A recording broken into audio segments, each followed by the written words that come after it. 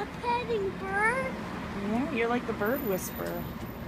Maybe this is your friend from the park this summer. Or maybe he was happy again. Yeah, he found you. Oh, he's probably hurt. He probably fell out of the tree. Oh, no, no, no. Aww. Did he just go away? Yeah. He flew?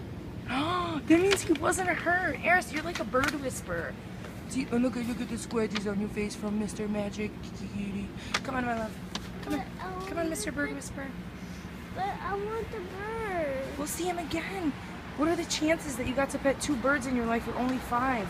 You'll be able to pet more, I promise. Come on.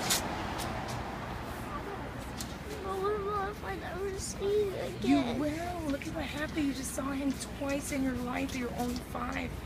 It's amazing. Why did you flew away